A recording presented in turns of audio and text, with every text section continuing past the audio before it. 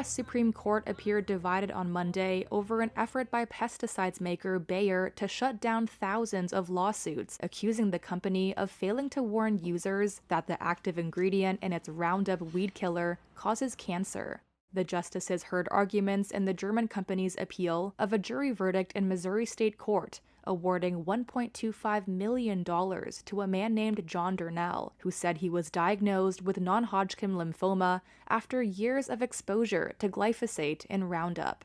Bayer has said the U.S. Environmental Protection Agency has repeatedly found that glyphosate does not cause cancer and approved its product labels without a warning. Several farming and agricultural industry groups are backing Bayer in the case, as well as U.S. President Donald Trump. The Trump administration has tried to walk a fine line. That's Reuters agriculture and energy policy reporter Leah Douglas, who was outside the Supreme Court on Monday at a Make America Healthy Again rally.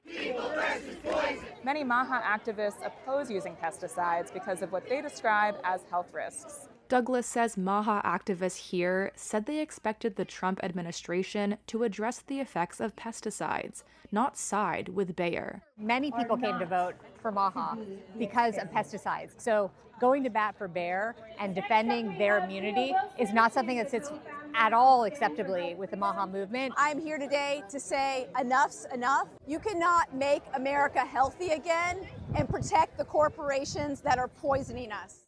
The dispute centers on a U.S. law called the Federal Insecticide, Fungicide, and Rodenticide Act that prohibits pesticides that are misbranded with labels that lack an adequate warning to protect health and the environment.